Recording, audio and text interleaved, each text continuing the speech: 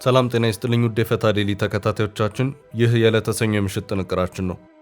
ለእናንተ አዳዲስ መረጃዎች ይሰጣሉ ያልናቸውን ሀገራዊና ዓለም አቀፋዊ ዕለታዊ መረጃዎችን አሰባስበን በማጠናቀር ተገኝተናል። ቆይታችሁን ከእኛ ጋር እንድታደርጉ የቅድሚያ አክብሮታዊ ግብዣችን ነው። ወደ ዕለቱ ዝርዝር መረጃዎቻችን ከማለፋችን በፊት በቅድሚያ ዋና ዋናዎቹን እንጠቁማችሁ። ትላንት ካይሮ የገቡት የኤርትራው ፕሬዝዳንት ኢሳያስ አፈወርቂ ዛሬ ከግብፅ ፕሬዝዳንት አብዱልፈታህ አልሲሲ ጋር በጥብቅ መክረዋል። በቀይ ባህር ዙሪያ የተካረረውን ውጥረትና ቀጠናዊ ጉዳዮችን ያካተተውን የዚህን ስብሰባ ዝርዝር መረጃ እናደርሳለን። በተጨማሪም ሱዳን በገባው የህወሓት ጦር የወቅቱ ውጊያ ጉዳይና የወጣውን ጥብቅ መግለጫንም ይዘናል። አንድ ጀነራል ደብሳቸው የጠፉ ወጣቶች ወደ ኤርትራ ተላልፈው ስለመሰጠታቸው ያሉት ነገር አለ። ኦብነግ ከመንግስት ተቃዋሚ ታጣቂዎች ጋር ምንም አይነት ጥምረት የለኝም ሲል ማስታወቁንም እንመለከታለን። በከባድ ሙስና ወንጀል ተጠርጥራ ክስ የተመሰረተባትን በረከት ወርቁን ወይም በረከት ገበሬዋን በተመለከተ በዛሬው ዕለት ፖሊስ ያለውንና ፍርድ ቤትም የሰጠውን ትዕዛዝም ይዘናል። የየመኑ ሁቲ በቀይ ባህር ዘመቻ መክፈቱን ያወጀ መሆኑን እንደዚሁም የኢራን እስራኤልን ከባድ የተኩስ ልውውጥ ተከትሎ እስራኤል ከባድ ጫና ውስጥ መግባቷንም እንዳስሳለን። ሌሎች ተጨማሪ መረጃዎችንም አካተናል። መልካም ቆይታ። እስከ ጥንቅራችን ፍጻሜ አብራችሁን ቆዩ። የምንለቃችሁ ዕለታዊ ትኩስ ዜናዎች እንዲደርሷችሁ ላይክ፣ ሼር፣ ሰብስክራይብ ማድረግ እንዳትረሱ።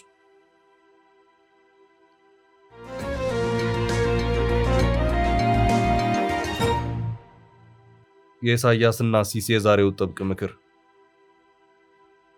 የግብፅና የኤርትራ መሪዎች ዛሬ በካይሮ ተገናኝተው የሁለትዮሽና የቀጠናዊ ጉዳዮች ላይ ውይይት አድርገዋል።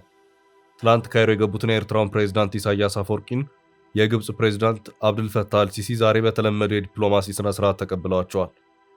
በሁለቱ መሪዎች መካከል የክብር ዘብ አቀባበልና የብሔራዊ መዝሙር ስነ ስርዓት የተከናወነ ሲሆን በመቀጠልም በሁለቱ ሀገራት የልዑካን ቡድኖች መካከል የጋራ ስብሰባ ተካሂዷል። የግብፅ ፕሬዝዳንት ጽህፈት ቤት ይፋዊ ቃል አቀባይ አምባሳደር መሐመድ አልሸናዊ በሰጡት መግለጫ መሰረት ይህ ዛሬ የተደረገው ስብሰባ በሁለቱ ሀገራት መካከል ያለውን የንግድ፣ የኢኮኖሚና ኢንቨስትመንት ትብብር ማሳደግ ላይ ትኩረት ያደረገ መደበኛ የዲፕሎማሲ ግንኙነት አካል መሆኑ ቢገለጽም በዋነኛነት ኢትዮጵያ ላይ ያነጣጠረ መሆኑን ተንታኞች ይገልጻሉ። በዛሬው የመሪዎቹ ውይይት ወቅት የግብፅ ፕሬዝዳንት ሀገራቸው ለኤርትራ ሉዓላዊነትና ለግዛት አንድነት ያላትን አቋም የገለጹ ሲሆን የኤርትራው ፕሬዝዳንት ኢሳያስ አፈወርቂ በበኩላቸው ግብፅ ለኤርትራ የልማት ምኞቶች የምታደርገው ድጋፍ እውቅና ሰጥተዋል። ኤርትራ ከግብፅ ጋር ያላትን ግንኙነት በጋራ ጥቅሞች ላይ ተመስርቶ ለማስፋፋት ያላትን ፍላጎት መሪው በዛሬው ዕለት ገልጸዋል። ሁለቱም ወገኖች በንግድና በኢኮኖሚ ዘርፎች ያላቸውን ትብብር በማሳደግ የየሀገራቸውን ኢኮኖሚ ፍላጎት ለማገዝ በሚቻልባቸው መንገዶች ዙሪያ ሀሳብ ተለዋውጠዋል። የአፍሪካ ቀንድ ቀጠናዊ ሁኔታም በዛሬው ዕለት ከተነሱት አጀንዳዎች አንዱ ነበር። ፕሬዝዳንት አልሲሲ የአፍሪካ ቀንድ አካባቢ ሰላምና መረጋጋት ለአካባቢው ሀገራት ሁሉ እጅግ አስፈላጊ መሆኑንና ከሀገራቸው ብሔራዊ ደህንነት ጋር እንደሚገናኝ ገልጸዋል። ፕሬዝዳንት ኢሳያስ አፈወርቂ በበኩላቸው በቀጠናው ሰላምና ሁለንተናዊ ልማትን ለማምጣት የሚደረጉ ጥረቶችን ያደነቁ ሲሆን ሁለቱ ሀገራት በቀጠናዊ ጉዳዮች ላይ ያላቸውን ግንኙነት ለመቀጠል መነጋገራቸው ተገልጿል። የአሁኑ የፕሬዝዳንት ኢሳያስ የካይሮ ጉብኝት የተሰማው በቀይ ባህር አካባቢ ውጥረት በበረታበት ወቅት ሲሆን የቢቢሲ መረጃ እንደሚያሳየው ጉብኝቱ የኢትዮጵያን የባህር በር ፍላጎት ተከትሎ ከቀጠናዊ ስጋቶች ጋር የተያያዘ ነው። ኢትዮጵያ የባህር በር አጀንዳዋን ይፋ ካደረገች በኋላ ግብፅ ከበባ በሚመስል መልኩ በጎረቤት ሀገራት ዙሪያ እየተንቀሳቀሰችና ሰራዊቷን ለማስፈር እየጣረች እንደሆነ የኢትዮጵያ የውጭ ጉዳይ ሚኒስቴር ቃል አቀባይ አምባሳደር ነቢያት ገልጸዋል። ይህ በእንዲህ እንዳለ የኢትዮጵያ መከላከያ ሰራዊት በሉዓላዊነቱ ላይ የሚቃጣን ማንኛውንም ስጋት ለመመከት ዝግጁ መሆኑን ለዲፕሎማቲክ ማህበረሰቡ ያሳወቀ ሲሆን አምባሳደር ነቢያት ኢትዮጵያ የባህር በር ጥያቄን በሰላማዊና በዲፕሎማሲያዊ መንገድ አጠናክራ እንደምትቀጥል በድጋሚ አረጋግጠዋል።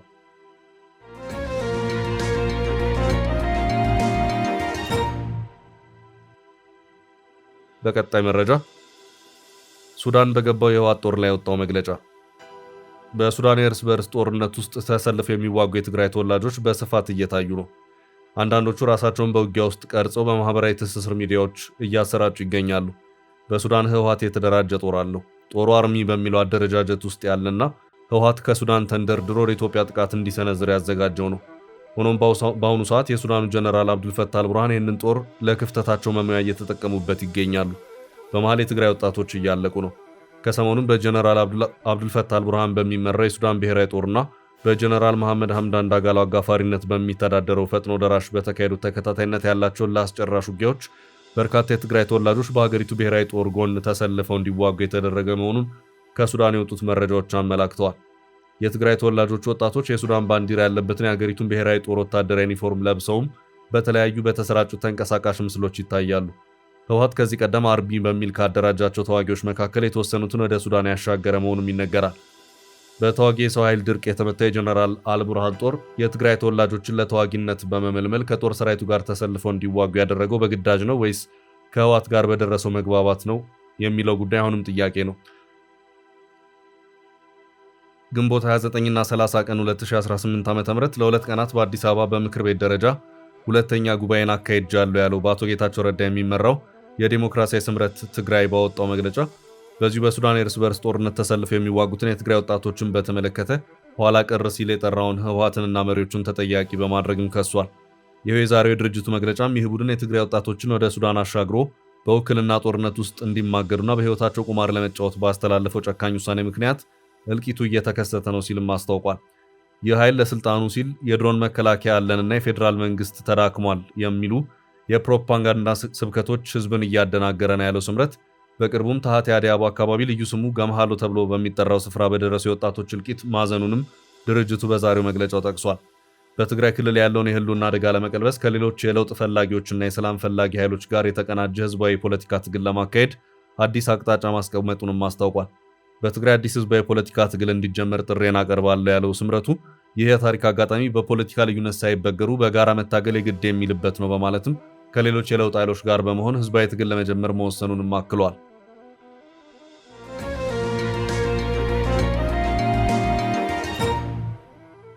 በቀጣይ መረጃ ለኤርትራ ተላልፈው ተሰጥተዋል ጀነራሉ። በትግራይ ክልል ያለውን ውስብስብ የፖለቲካና የማህበራዊ ቀውስ ለመፍታት በክልል ውስጥ ሁሉንም የፖለቲካ ኃይሎች ያቀፈ ገለልተኛ መንግስትና ገለልተኛ ሰራዊት መገንባት እንደሚያስፈልግ ተገለጸ። በአሁኑ ወቅት በትግራይ ሰላም ኃይል ወይም በአፋር ነጻ መሬት ታጣቂዎች ዋና አዛዥ የሆኑት ብርጋዴር ጀነራል ገብረ እግዚአብሔር በየነ ወይም ወዲያን ጥሩ ይህንን ሐሳብ ይፋ አድርገዋል። ጀነራሉ ይህንን የገለጹት ኮርነር ፕሬስ ከተባለ የዩቲዩብ ፕሮግራም ጋር ባደረጉት ዘለግ ያለ ቃለ መጠይቅ ላይ ነው። በአሁኑ ወቅት በአፋር ክልል የሚንቀሳቀሰው የታጣቂ ኃይል ትልቁን ድርሻ የሚይዘው ቀደም ሲል የትግራይ ኃይል አካል የነበረው አርሚ 44 መሆኑን ጠቁመው ታጣቂ ኃይሉን እየመሩ ያሉት አብዛኞቹ ከፍተኛ የጦር መኮንኖች ቀደም ሲል በትግራይ ሰራዊት ውስጥ የተለያዩ ክፍለ ጦሮችን ይመሩ የነበሩ መሆናቸውን አብራርተዋል። በአሁኑ ወቅት በትግራይ ውስጥ ካለው ሰራዊትና በአፋር ባለው ኃይላቸው መካከል ግጭት ከተቀሰቀሰ ከዚህ ቀደም በአንድ ክፍለ ጦር ስር የነበሩ ወጣቶች እርስ በርስ የሚጋጩበት ሁኔታ እንደሚፈጠር አስገንዝበው ልክ እንደ ባለፈው ጊዜ አይነት መርዶ ለህዝባቸው ማርዳት እንደማይፈልጉ ገልጸዋል። የታጣቂ ኃይሉ ዋና አዛዥ በቃለ መጠይቃቸው ካነሷቸው ጉዳዮች መካከል ሌላኛውና ዋነኛው የሰብአዊ መብት ጥሰቶችን የተመለከተው ጉዳይ ነው። ቅድሚያ ለሰብአዊ መብቶች ኢትዮጵያ የተሰኘው ሀገር በቀል የሰብአዊ መብት ተሟጋች ድርጅት በክልሉ ደብዛቸው ጠፍተዋል ካላቸው ግለሰቦች መካከል አንዱ የሆነው ካሜራማን ፊልሞን ተክላ የተባለው ወጣት ለኤርትራ መንግስት አሳልፎ መሰጠቱን እንደሚያውቁ ጀነራሉ በይፋ ተናግረዋል።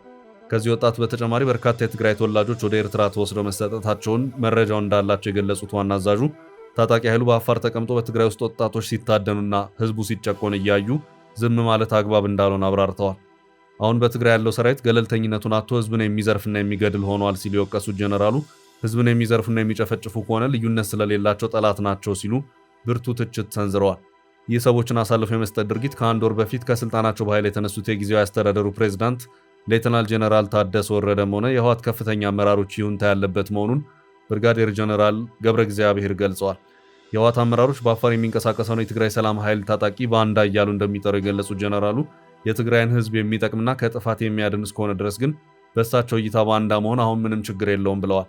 በመሆኑም በክልሉ ያለውን ውስብስብ ችግር ለማስወገድ የትግራይ ሰራዊትና በአፋር ያለው የነጻ መሬት ታጣቂ ኃይል አንድ በመሆን ገለልተኛና ሁሉን ያቀፈ መንግስት እንዲቋቋም በጋራ መስራት አለባቸው ያሉ ሲሆን አመራሮቹም ቀደም ሲል ለተፈጠሩ ችግሮች ህዝቡን ይቅርታ እንዲጠይቁ እንደሚፈልጉ በመግለጽ ሀሳባቸውን አጠቃለዋል።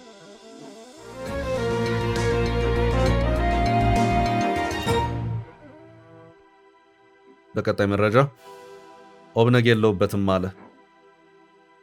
ኦብነግ ከመንግስት ተቃዋሚ ታጣቂዎች ጋር ምንም አይነት ጥምረት የለኝም ሲል አስታወቀ። ኦብነግ ይህን ያለው ከ9 በላይ ታጣቂዎች መንግስት ላይ ህብረት ፈጥረዋል በሚል በአፍሪካ ኢንተለጀንስ የተጋራው መረጃ እያነጋገረ ባለበት ወቅት ባወጣው መግለጫ ነው። የኦጋዴን ብሔራዊ ነጻነት ግንባር ኦብነግ በሀገሪቱ የተለያዩ አካባቢዎች ከመንግስት ጋር ጦርነት ውስጥ ከሚገኙና መንግስትን ለመጣል ከሚንቀሳቀሱ የታጠቁ ቡድኖች ጋር ምንም አይነት ግንኙነትና ጥምረት እንደሌለው በይፋ አስታውቋል። ፓርቲው ባወጣው አዲስ መግለጫ መሰረት ድርጅቱ ሙሉ በሙሉ በሰላማዊና በዲሞክራሲ የፖለቲካ መንገድ ብቻ ለመታገል ቁርጠኛ መሆኑን አረጋግጧል። ቀደም ሲል ከኢትዮጵያ መንግስት ጋር የተደረሰውን የሰላም ስምምነት በተሟላ ሁኔታ ለማስፈጸም በጽኑ እንደሚሰራም ገልጿል። ይህ ስምምነት ከተተገበረበት ጊዜ ጀምሮ በሶማሌ ክልል ዘላቂ ሰላም፣ መረጋጋት እና ልማት መስፈኑን ያብራራው የኦብነግ መግለጫ ይህም ሁሉም ወገኖች ለሰላም ያላቸውን ቁርጠኝነት የሚያሳይ መሆኑን ጠቁሟል። ይሁን እንጂ የግል ፍላጎታቸውን ማሳካት ያቃታቸው ጥቂት ግለሰቦችና በድርጅቱ ውስጥ የተፈጠረው አዲስ አንጃ በክልሉ የመጣውን ሰላም አደጋ ላይ ለመጣል እየሰሩ መሆኑን ድርጅቱ ወቅሷል። እነዚህ ወገኖች በክልሉ የተገኘውን ልማት የሚያናጋ አዲስ ግጭት ለመቀስቀስ የድርጅቱን ስም ያለ ፍቃድ እየተጠቀሙ መሆኑን የገለጸው ኦብነግ ይህንን ድርጊት በጽኑ እንደሚያወግዝ አስታውቋል። መሰል እንቅስቃሴዎች ከድርጅቱ መርሆች ጋር ሙሉ በሙሉ የሚጣረሱ በመሆኑ በብዙ ልፋት የመጣውን የሶማሌ ክልል ሰላም አደጋ ላይ የሚጥሉ ማናቸውንም የዚህ አንጃ ስውር እንቅስቃሴዎች በቁርጠኝነት እንደሚታገል ፓርቲው በይፋዊ መግለጫው ላይ አስፍሯል። የዚህ አዲስ የፓርቲ ውስጣዊ ክፍፍልና የአንጃው ዝግብ ዋነኛ መገለጫ የቀድሞ ሊቀመንበር ጉዳይ መሆኑ ተጠቅሷል። የቀድሞ የፓርቲው ሊቀመንበር አቶ አብዲራህማን ማህዲ በአሁኑ ወቅት በኦብነግ ውስጥ ምንም አይነት የአመራር ቦታ እንደሌላቸው ድርጅቱ በይፋ አስታውቋል። ግለሰቡና በዙሪያቸው ያሉ የአንጃው አባላት በኦብነግ ስም የሚሰጧቸው ማናቸውም መግለጫዎች የፓርቲውን ይፋ አቋም የማይወክሉና ተቀባይነት የሌላቸው መሆኑን ገልጿል። በመሆኑም ህዝቡም ሆነ የሚመለከታቸው አካላት በኦብነግ ስም ከሚንቀሳቀሰው ከዚህ አንጃ መግለጫዎች ጀርባ ያለውን እውነት ተረድተው በሰላማዊ መንገድ ለሚታገለው መደበኛ ድርጅት እውቅና እንዲሰጡ በማሳሰብ መግለጫው ተጠናቋል። በአንጻሩ በአቶ አብዲራህማን ማህዲ የሚመራው የኦብነግ ክንፍ ወይም ሌላኛው አንጃ በበኩሉ ድርጅቱ አሁንም ቢሆን የሶማሌን ህዝብ መብትና ጥቅም ለማስከበር በገባው ቃል መሰረት እየተንቀሳቀሰ መሆኑን ይገልጻል። ይህ ወገን እንደሚለው በፓርቲው ስም የሚወጡትና እሱን ለማግለል የሚሞክሩት መግለጫዎች የድርጅቱን መዋቅርና አብዛኛውን አባል የማይወክሉ ይልቁንም የፓርቲውን የትግል መስመር ለማዳከም በሚፈልጉ ጥቂት ግለሰቦች የሚናፈሱ ናቸው ሲል ይከራከራል። ከዚህም በላይ ይህኛው አንጃ ከሌሎች ኃይሎች ጋር ስላለው ግንኙነት የሚነሱት ክሶች ህዝባዊ መሰረቱን ለማጥፋት የታለሙ የፖለቲካ ሴራዎች መሆናቸውን በመጥቀስ ኦብነግ ለክልሉ ዘላቂ ሰላምና መረጋጋት ሲል ከማንኛውም ወገን ጋር የሚያደርገው ውይይት የህዝቡን የፖለቲካ ጥያቄዎች በዘላቂነት ለመመለስ ብቻ የታለመ መሆኑን በማንሳት ራሱን ይከላከላል።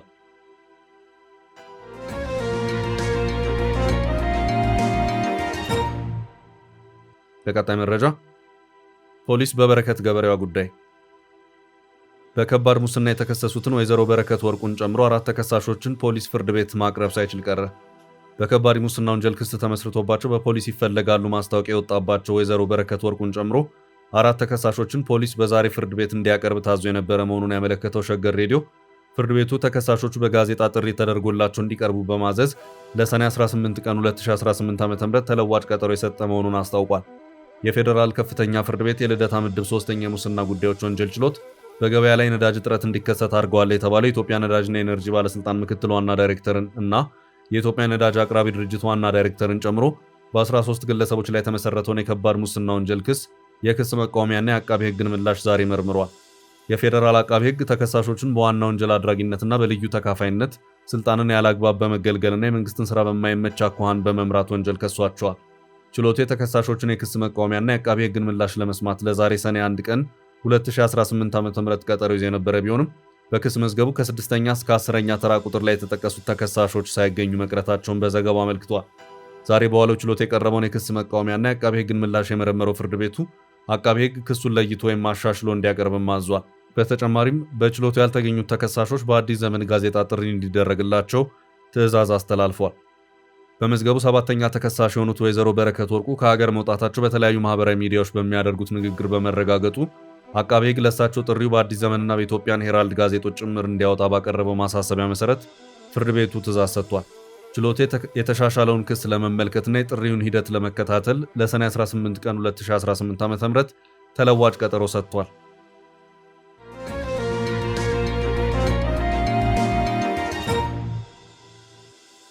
በቀጣይ ርዕስ ሁቲ ቀይ ባህርን እስራኤል ላይ ዘጋ።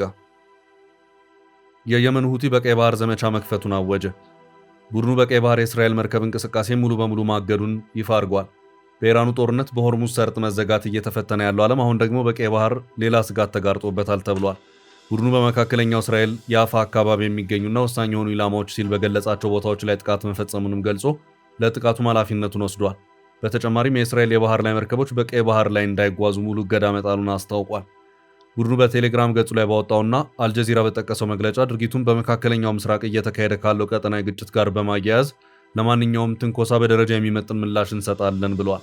መግለጫው አክሎም በህዝባችንና በፍልስጤም፣ በጋዛ፣ በኢራን፣ በሊባኖስ እንዲሁም በኢራቅ ባሉት የነጻነት ታጋዮች ላይ የተጣለውን ኢፍትሐዊ ከበባ እያየን እጃችንን አጣጥፈን አንቀመጥም ብሏል። በ2016 ዓ.ም እስራኤል በጋዛ ያወጀችውን ጦርነት ተከትሎ ወደ ግጭቱ የገባውና ከኢራን ጋር ወገንተኝነት ያለው የሁቲ አማጽያን ቡድን ከዚያን ጊዜ ጀምሮ ወደ እስራኤል ተደጋጋሚ ሚሳኤልና የድሮን ጥቃቶችን የሰነዘረ ሲሆን በቀይ ባህር ላይ ከእስራኤል ጋር ግንኙነት አላቸው ወይም ይኖራቸዋል ተብሎ የሚታሰበው የንግድ መርከቦችን ኢላማ ሲያደርግ ቆይቷል። ቡድኑ እነዚህን ጥቃቶች እስራኤል በጋዛ እያካሄደችው ባለው አስከፊ ጦርነት ሳቢያ ከፍልስጤማውያን ጋር ያለውን አብሮነት ለመግለጽ የተደረገ ተግባር እንደሆነ አድርጎ በተደጋጋሚ ይገልጻል። እስካሁንም ኢላማ ከተደረጉት ውስጥ የደቡብ እስራኤሏ ኤላት ከተማና ለዓለም አቀፍ ንግድ ወሳኝ የሆኑ የባህር ላይ ንግድ መስመሮች ይገኙበታል። ከየመን የተተኮሱት አብዛኞቹ ሚሳይሎች፣ ድሮኖች እና ሌሎች ተወርዋሪ መሳሪያዎች በእስራኤል የአየር መከላከያ፣ በአሜሪካ የባህር ኃይል ወይም በአጋር ወታደራዊ ኃይሎች የመከኑ ቢሆንም የተወሰኑ ጥቃቶች ግን መጠነኛ ጉዳትና የመቁሰል አደጋዎችን አስከትለዋል። በጋዛ ጦርነት ዘመን ሁቲ ከእስራኤል ጋር ተያያዥነት ያላቸው ከ170 በላይ መርከቦች ላይ በድሮን ጥቃት መሰንዘሩን መረጃ ያመለክታል። የሁቲ ጥቃት በቀይ ባህር የነበረው የትራፊክ ፍሰት በ75 በመቶ መቀነሱን የዓለም ባንክ መረጃ አመልክቶ ነበር። ባንኩ የቀይ ባህር መርከቦች ፍሰት በአጭር ጊዜ ወደ ነበረበት እንደማይመለስ መግለጹ ይታወሳል።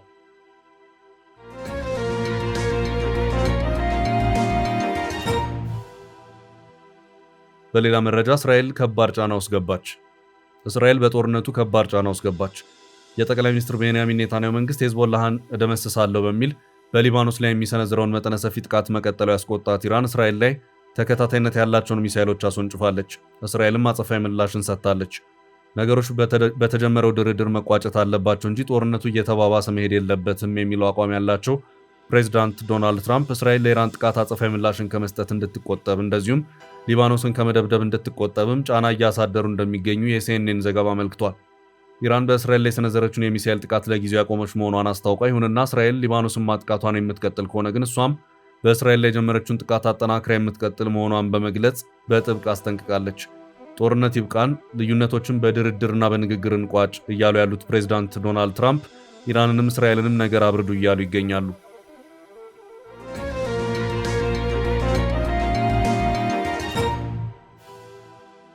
በቀጣይ ርዕስ ጂጂንፒንግ ሰሜን ኮሪያ ገቡ። የቻይናው ፕሬዝዳንት ጂጂንፒንግ ሰሜን ኮሪያ ገብተዋል። ፕሬዝዳንት ጂ በፒዮንግያንግ እጅግ ሞቅ ያለ አቀባበል በኪም ጆንግ ኡን ተደርጎላቸዋል። ጂጂንፒንግ በቻይናና በሰሜን ኮሪያ ባንዲራ በደመቀ በወታደራዊ አሰላለፍ በአማረና በቀይ ምንጣፍ አቀባበል ነው የተደረገላቸው። ጂ የሁለቱን ሀገራት ግንኙነት ያሞካሹ ሲሆን ግንኙነቱ አዲስ ታሪካዊ ምዕራፍ ላይ መሆኑን ገልጸዋል። ፕሬዝዳንት ጂ በዓመት ከ3 እስከ 4 ብቻ የተገደበ የውጭ ጉዞ የማድረግ ልማድ ያላቸው ሲሆን ማንን ይጎበኛል የሚለው በጉጉት የሚጠበቅ ነው። ከዚያም በላይ የትኛው ሀገር የመጀመሪያ የጉዞ ምርጫቸው ይሆናል የሚለው ትኩረት የሚሰጥበት ነው። ጂጂንፒንግ በዓመቱ ሰሜን ኮሪያን በቅድሚያ ለመጎብኘት መምረጣቸው ታዲያ ላቅ ያለ ትርጉም ያለው ስለመሆኑ ተንታኞች ይገልጻሉ። ፕሬዚዳንቱ በ2022 ካዛክስታንን እና ኡዝቤኪስታንን በማስቀደም ሀገራቸው በዓመቱ ለማዕከላዊ እስያ ትኩረት መስጠቷን ሲያሳዩ፣ በ2023 ደግሞ ሩሲያን ቀዳሚ መዳረሻቸው አድርገዋል። ጂ ከ2023 ወዲህ ሞስኮን 11 ጊዜ የጎበኙ ሲሆን ይህ የሆነው የዩክሬኑ ጦርነት ከተጀመረ ከአንድ ዓመት በኋላ መሆኑ የቤጂንግን አቋም በግልጽ ያሳየ ነበር። ውድ ቤተሰቦቻችን ለዛሬ ያዝንላችሁን ርዕሰ ጉዳዮች እዚህ ላይ ቋጨን። ላይክ፣ ሼር እና ኮሜንት በማድረግ ለቻናላችን ድጋፋችሁን መግለጽ እንዳትዘነጉ እያልን ከሌሎች መረጃዎች ጋር ደግመን እስክንገናኝ ቸር ያሰማን ስንል ተሰናበትን።